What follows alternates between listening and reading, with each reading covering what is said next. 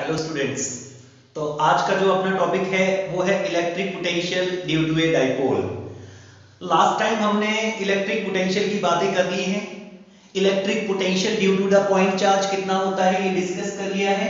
एक point charge दिया था, उस चार्ज से r दूरी पे r डिस्टेंस पे पॉइंट P दिया गया था। इस पॉइंट P पर पोटेंशियल हमने फाइंड आउट किया था, कितना आया था V kq अपॉन r। ये फॉर्मूला था electric potential due to the point charge का।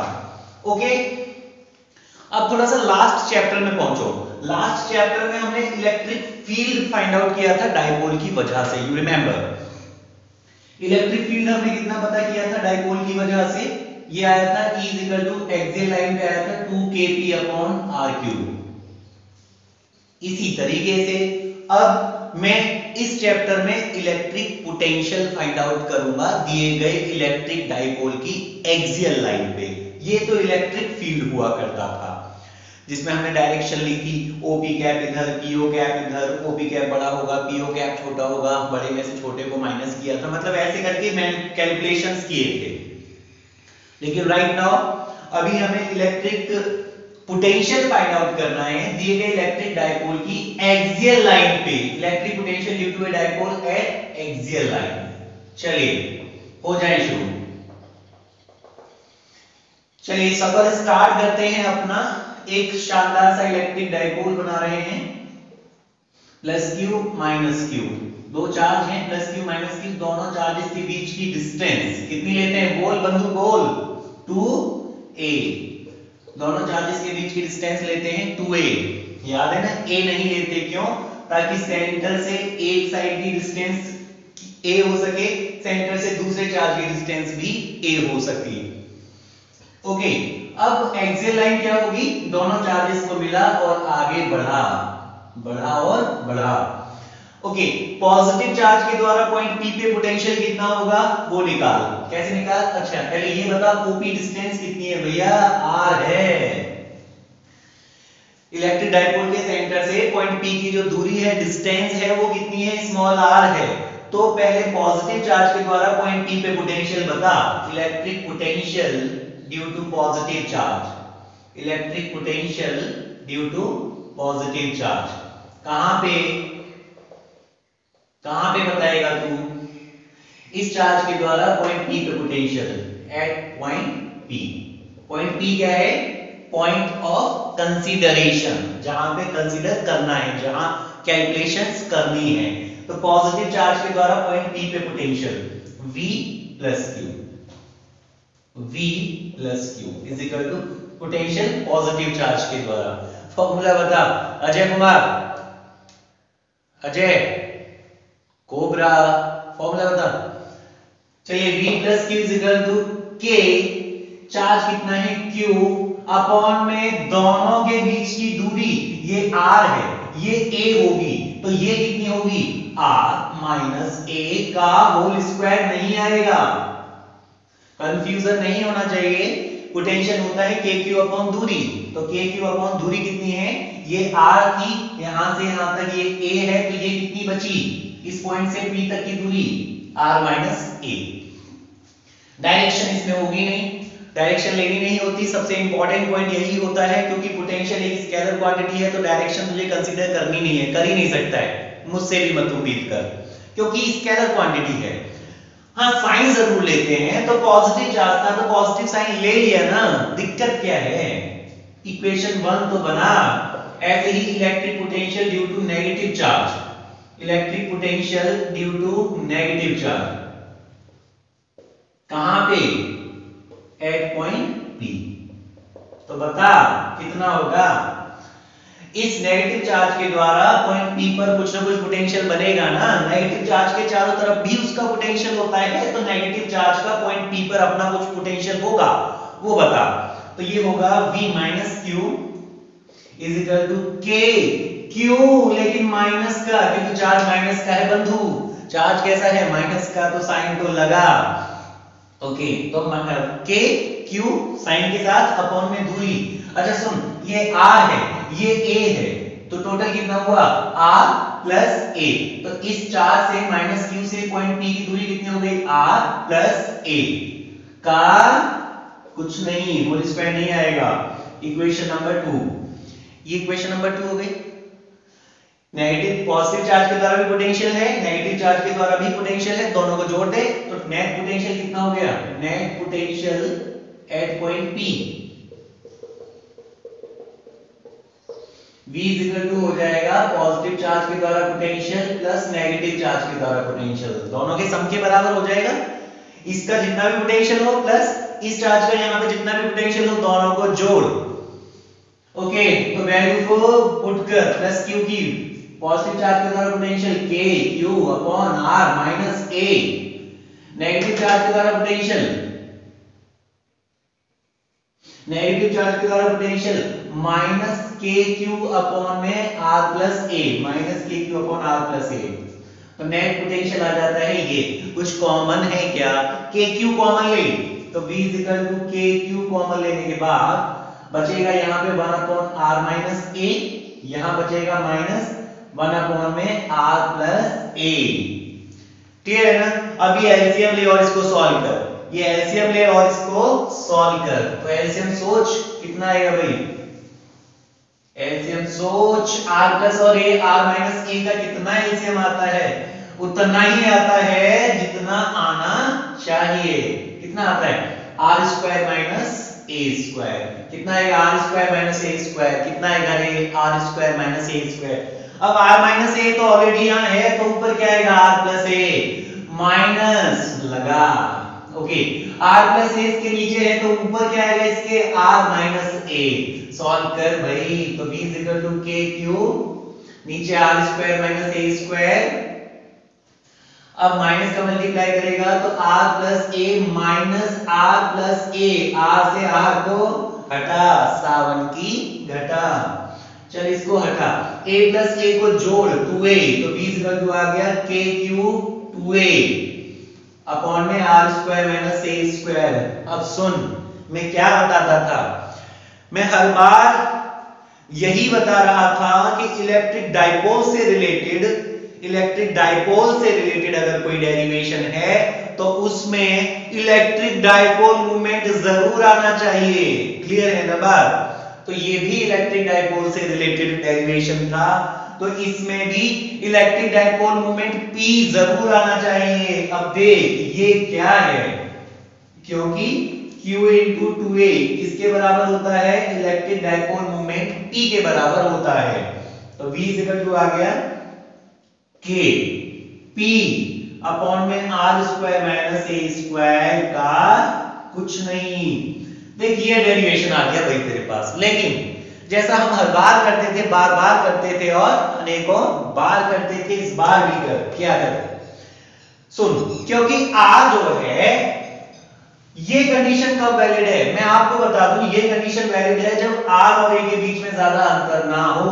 अगर r a के इक्विवेलेंट हो, नियर अबाउट हो, ये साइन लगाना सही नहीं होगा, बस इतना लिख लेना, इफ r इज नियरली या रफली इक्वल टू द a, जैसे a की वैल्यू 5 हो, मान ले ये वैल्यू 5 हो और r की वैल्यू 10 हो, तो ये फॉर्मूला लगाएगा। लेकिन सुन मेरी बात, अगर r की वैल्यू हो जाती है 100 और a की वैल्यू है 5, a की वैल्यू 5 है, r की वैल्यू हो जाती है 100, बहुत अंतर है, इस अंतर को कम कर। कैसे करेगा कम, देख सुन, कंडीशन बना, कंडीशन क्या बनाएगा, कंडीशन में बताएगा कि अगर r जो है a से बड़ा है तो r स्क्वायर तो बहुत ही ज्यादा बड़ा होगा a स्क्वायर से, r square is very very greater than a square, इतना ज्यादा बड़ा होगा, और ये a स्क्वायर इतना छोटा होगा कि r इतनी बड़ी क्वांटिटी के साथ में छोटी क्वांटिटी को जोड़ या घटा कोई फर्क नहीं पड़ता, इसको हटा,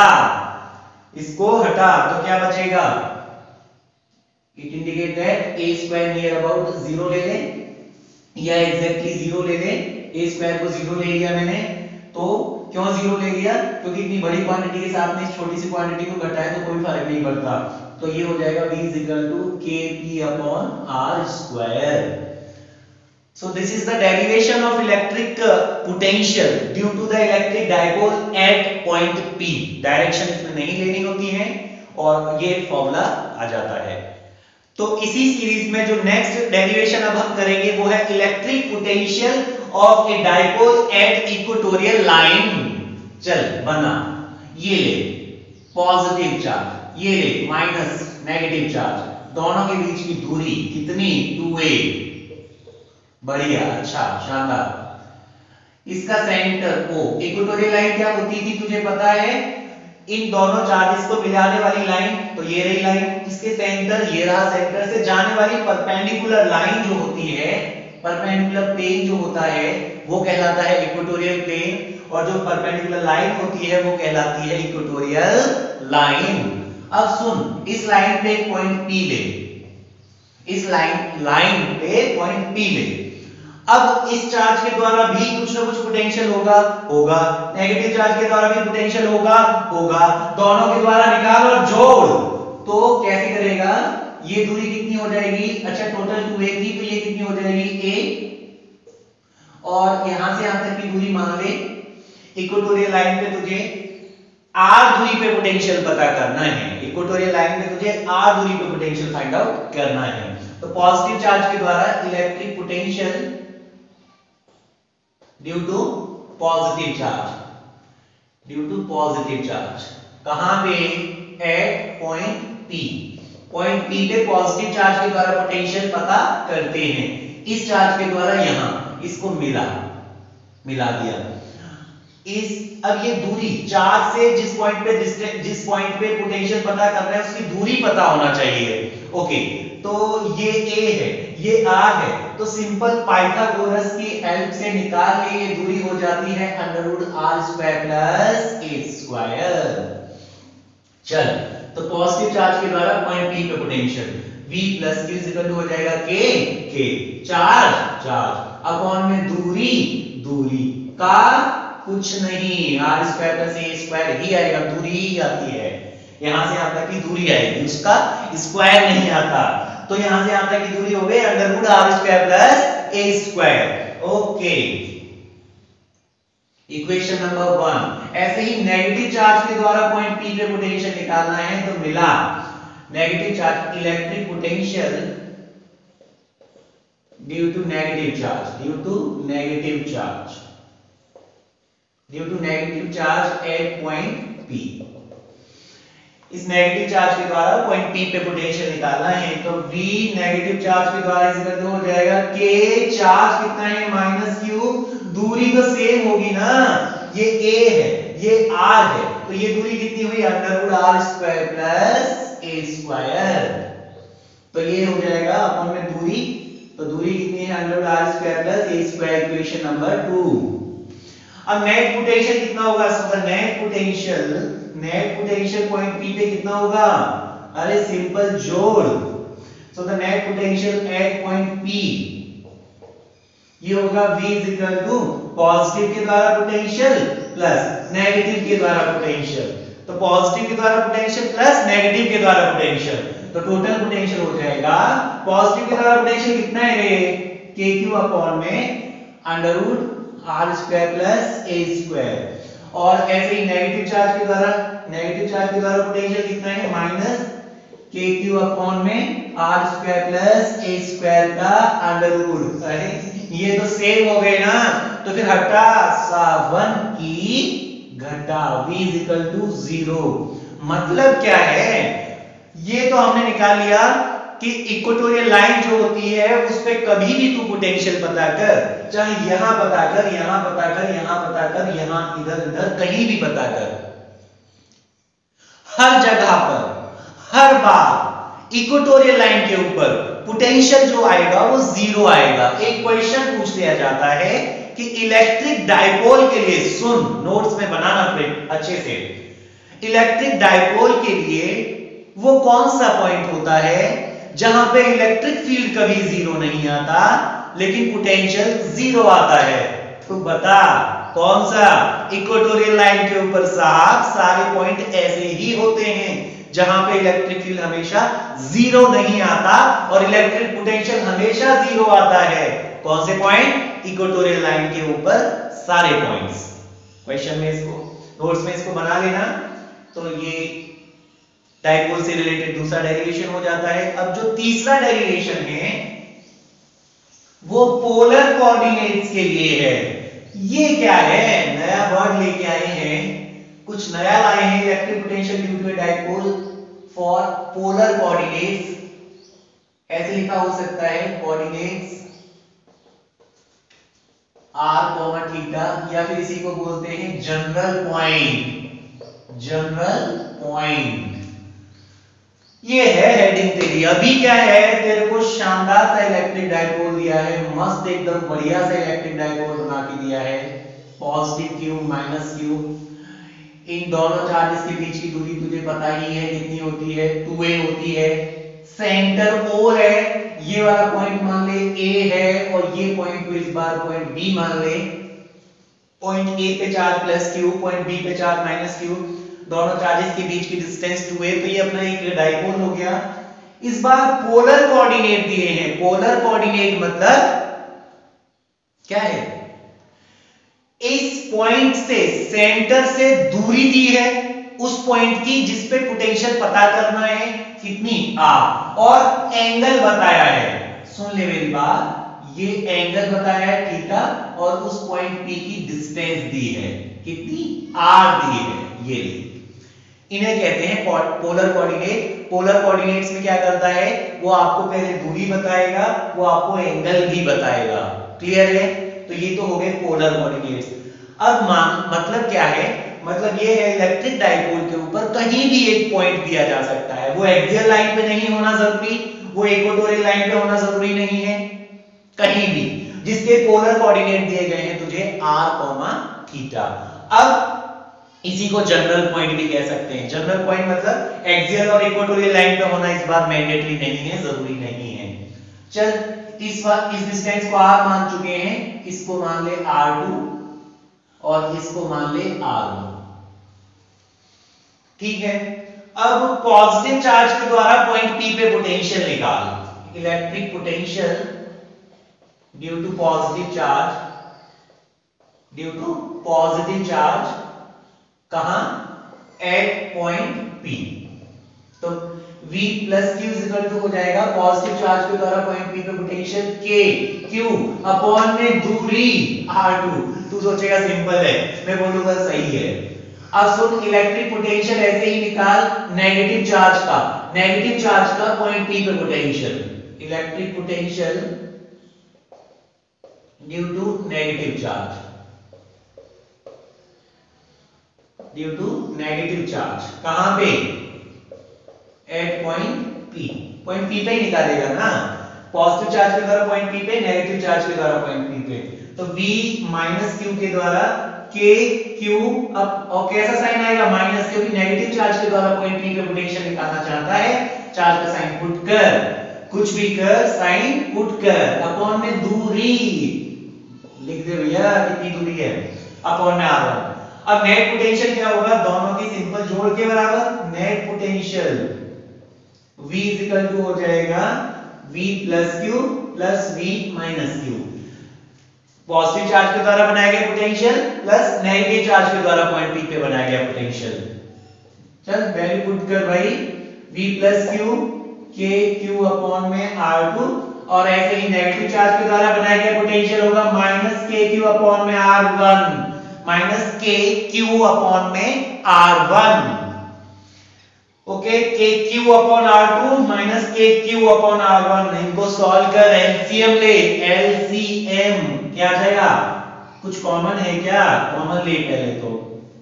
K Q कॉमन लेने के बाद यहां बचेगा 1 अपॉन R2 माइनस यहां बचेगा 1 upon R1। Clear? R1 R2 का एलसीएम, R1 और R2 का एलसीएम हो जाएगा V equal to K Q बाहर है, R1 और R2 का एलसीएम हो गया R1 R2। अब सुन, R2 यहां है तो ऊपर आएगा R1 माइनस R1 यहां है, इसके ऊपर आएगा R2। ओके, तो ये मिल जाता है। तू सोचेगा इतना ही सिंपल था तो क्या प्रॉब्लम थी? सुन, ये क्या है, ये डिस्टेंस r1 और r2 तुझे नहीं दी जा रही है, इनको तुझे निकालना पड़ेगा। इन्हें थीटा और r के टर्म्स में, इन दूरियों को, इन डिस्टेंसेस को थीटा और r के टर्म्स में निकालना है बंधु, क्योंकि तुझे तो बस पोलर कोऑर्डिनेट्स दिए हैं, लेकिन न तो r आ रहा है न थीटा आ रहा है, न तो r आ रहा है और न थीटा आ रहा है। तू क्यों घबरा रहा है? लेके आएंगे अभी। कैसे लाएंगे देख। अब हमें थोड़े से मैनिपुलेशंस करने होंगे। v इक्वल टू जो इक्वेशन आई है इसको सेपरेटली लिख देते हैं। क्या इक्वेशन आई थी? v equal to net potential आया था kq और r1 माइनस r2 अपॉन में r1 r2, ये इक्वेशन आई थी, यही है। अब सुन, r1 और R2 की वैल्यू निकाल। कैसे निकालेगा? एक काम कर, अब जो डेरिवेशन आगे हम कर रहे हैं वो अजम्पशंस पे बेस्ड है। कुछ चीजों को मानेंगे, वो एग्जैक्टली नहीं होगी लेकिन उनको मान लिया जाएगा। एक काम कर, इसको आगे बढ़ा, यहां से इस पॉइंट से माइनस q वाले चार्ज से परपेंडिकुलर डाल, m नाम ले दिया, ये सेंटर O था ही, इस पॉइंट से भी सामने वाली एक्सिस पे इस लाइन पे परपेंडिकुलर डाल, ए पॉइंट से ये परपेंडिकुलर डाल दिया, बढ़िया है। ये एन नाम दे दे इसको। इस पॉइंट से बी से परपेंडिकुलर डाल दिया सामने वाली लाइन पे, इस पॉइंट ए से सामने वाली लाइन पे परपेंडिकुलर डाल दिया, बस इतना ही किया है अभी। ओके, ये एक्स्ट्रा लाइन को हटा। अब एक काम कर, इक्वेशन नंबर 1 एक काम कर, क्योंकि ये एंगल थीटा है तो ये भी कितना होगा भाई? थीटा। और यहां से यहां तक की दूरी ये a, और यहां से यहां तक की दूरी भी a होगी। क्यों? तू जानता है सेंटर से एक साइड की डिस्टेंस है, सेंटर से दूसरे साइड की डिस्टेंस भी a। ओके, अब ट्रायंगल ले। ट्रायंगल कौन सा लेगा? NBO, in triangle NBO, in triangle NBO cos theta निकाल यहां से। cos theta is equal to होता है बेस, यहां से देखेगा तो बेस होगा OB अपॉन में, सॉरी, cos थीटा यहां से देखेगा तो बेस होगा OM अपॉन में हाइपो कितनी आएगी? OB। तो यहां से OM की वैल्यू निकाल, ये वैल्यू निकाल। आगे ये वाली वैल्यू निकालनी है तेरे को, अभी ये वाली वैल्यू निकाल, OM।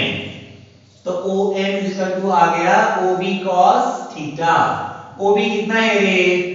OB देख भाई A है, तो A cos theta, equation 1, OM, sorry 2।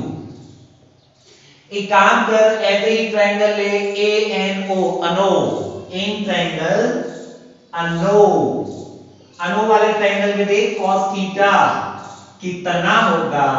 cos theta is equal to base, यहां से देखेगा तो बेस, ट्रायंगल कौन सा ले रखा है?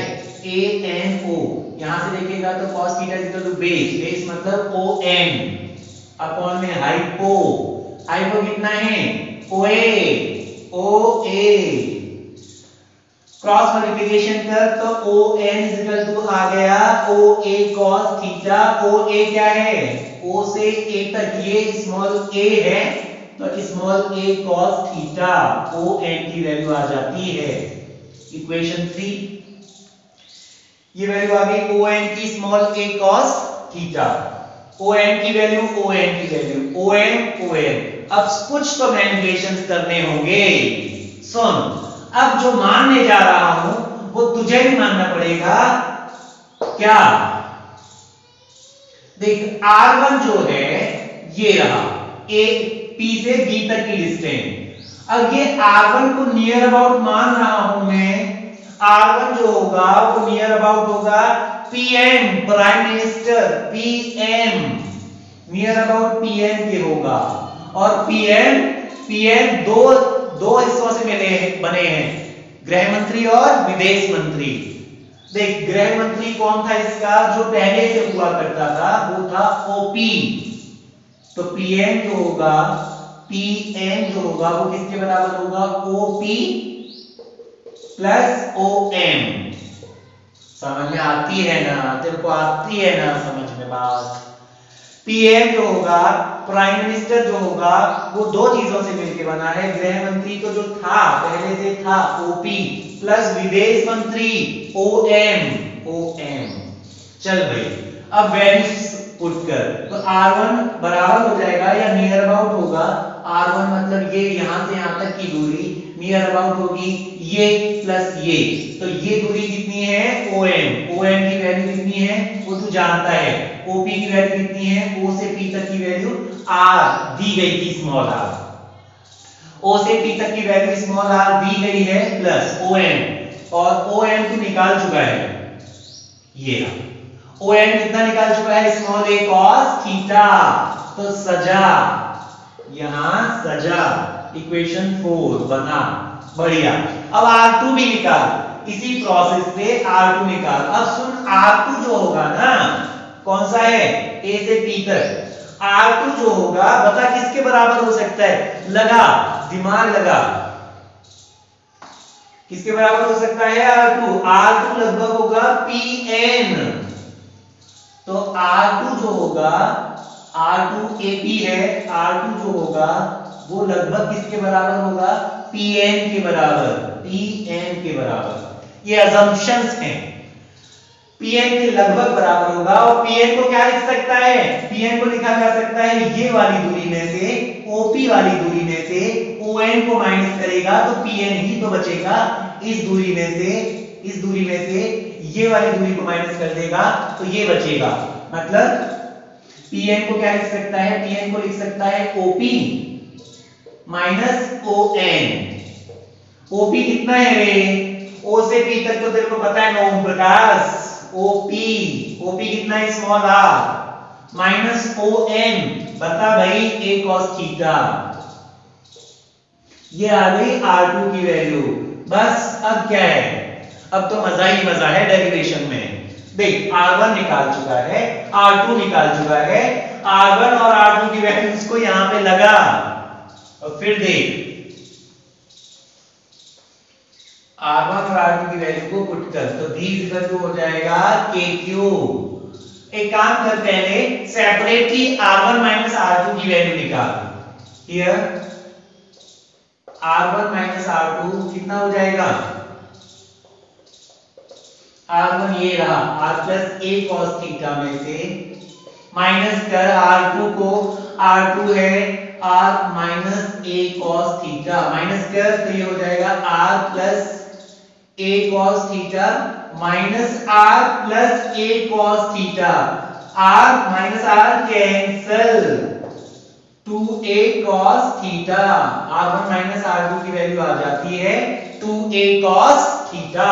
चलिए एक काम कंप्लीट हुआ, R1 और R2 की वैल्यू भी निकाल, कैसे निकालेगा भाई, R1 इंटू R2 मतलब इन दोनों का मल्टीप्लाई कर, R1 इंटू R2 मतलब इन दोनों का मल्टीप्लाई, तो R plus a cos theta और R minus a cos theta का मल्टीप्लाई क्या होगा, a plus b, a minus b, a square minus b square मतलब a स्क्वायर मतलब a स्क्वायर मतलब r square minus b square मतलब ये वाला टर्म का स्क्वायर, तो a cos थीटा का होल स्क्वायर हो जाएगा। मैं लिख देता हूं, R1 इंटू R2 की वैल्यू होगी R plus a cos theta into R minus a cos theta. अब मल्टीप्लाई कर लिए, a square minus b square वाली मल्टीप्लाई से कर रहा हूं, तो a स्क्वायर मतलब पहले टर्म का स्क्वायर माइनस b स्क्वायर मतलब दूसरे टर्म का square, a square cos square theta. लेकिन सुन अजम्पशंस पे बेस्ड है तो थोड़ा और अजम्पशंस लगा ले, क्या फर्क पड़ता है, अगर r जो है बड़ा है तो r स्क्वायर तो बहुत ही ज्यादा बड़ा होगा a स्क्वायर से, r square is very very greater than a square, तो इतनी बड़ी क्वांटिटी के साथ में इतनी छोटी सी क्वांटिटी को जोड़ें या घटाएं या कुछ ना करें कोई फर्क नहीं पड़ता, आइडल मान सकते हैं इस वैल्यू को, r स्क्वायर के कंपैरिजन में इतनी छोटी सी वैल्यू को जोड़ें या घटाएं कोई फर्क नहीं पड़ता, तो मैंने क्या किया a स्क्वायर को नियर अबाउट 0 मान लिया, सो a square near about 0, a square को 0 मान लेंगे तो R1 R2 जो है वो किसके बराबर हो जाएगा, लगभग R स्क्वायर।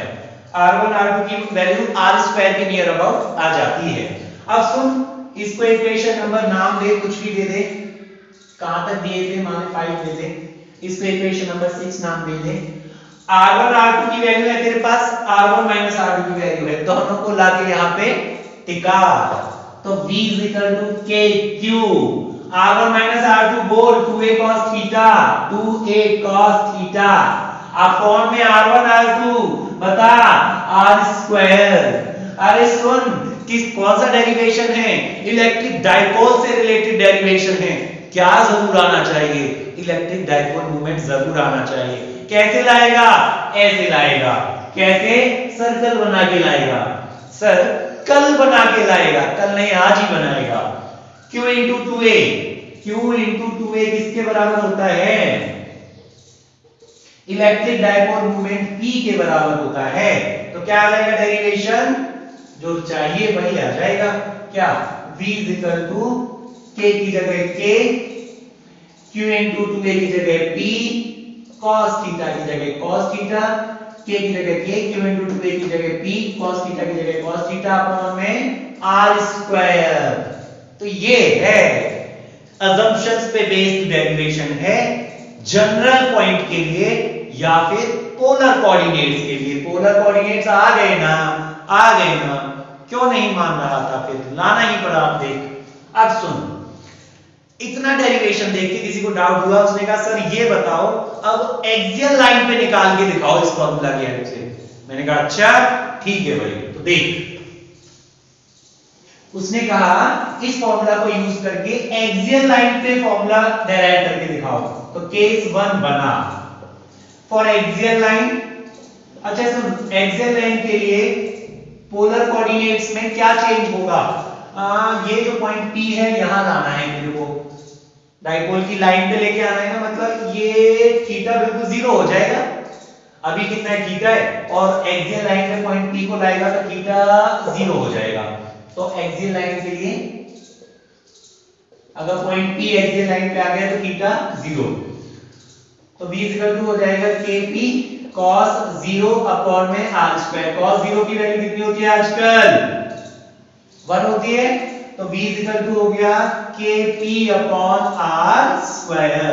अब मिला, बता, सेम आ रहा है ना, लास्ट टाइम भी KP अपॉन R स्क्वायर आया था। इक्वेटोरियल लाइन पे अगर निकालना हो तो ये केस 2 बना। अरे भाई इक्वेटोरियल लाइन के लिए थीटा कितना हो जाएगा, ये थीटा तो 90 हो जाएगा ना, क्योंकि इस लाइन के परपेंडिकुलर होती है इक्वेटोरियल लाइन, बताया था ना। केस 2 हो जाएगा इफ पॉइंट P कहां है, at equatorial line, equatorial line मतलब थीटा कितना है, थीटा 90 डिग्री है। थीटा 90 डिग्री हो गया तो वैल्यू फॉर्मूला में पुट कर, V equal to KP, V equal to KP cos 90 upon R square. ये वैल्यू बता, cos 90 की वैल्यू कितनी होती है आजकल, cos 90 की वैल्यू बता भाई, cos 90 0 होता है, तो V कितना आ गया, 0, सारी वैल्यू 0 हो जाएगी ना, cos 90 0 होते ही सब कुछ 0, तो यही निकाला था इक्वेटोरियल लाइन पे। चल ठीक है, फिर मिलते हैं नेक्स्ट क्लास में, बाय बाय।